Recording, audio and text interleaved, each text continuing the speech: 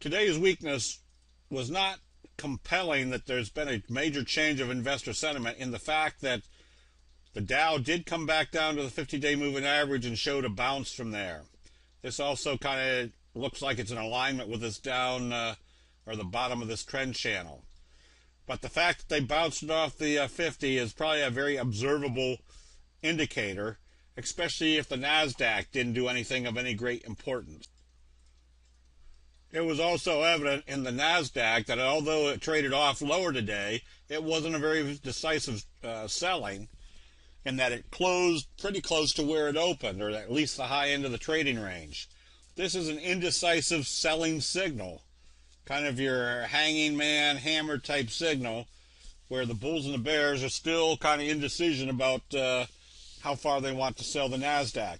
And the most important factor is that they still close the NASDAQ well above the T-line, which keeps our simple rule that as long as they close the index above the T-line, we're still considered to be in an uptrend.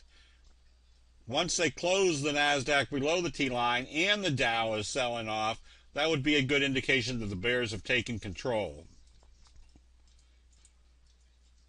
During this downtrend, we were still buying positions in situations like KERX, a biotech, because it did a doji gap up and it's coming out of what looks like a big fry pan bottom.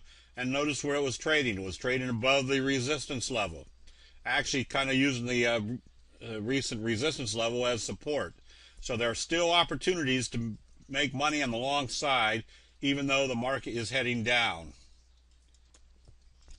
But the more compelling charts are the sell signals. For example, in FCX, we had a left-right combo with a gap down below the T-line.